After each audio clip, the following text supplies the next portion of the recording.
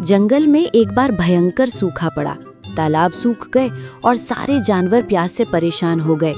सभी जानवर हाथी राजा के पास पहुंचे और बोले, महाराज, हमें पानी चाहिए, हमारी मदद कीजिए।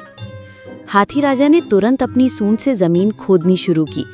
काफी मेहनत के बाद जमीन से ठंडा मीठा पानी निकल आया। सारे जानवर खुशी खुशी पानी पीने लगे और उनकी प्यास बुझ गई। सबने मिलकर कहा, जय हो हमारे हाथी राजा की। हाथी राजा मुस्कुराया और बोला, सच्चा राजा वही है जो अपनी ताकत का उपयोग सबकी भलाई के लिए करे।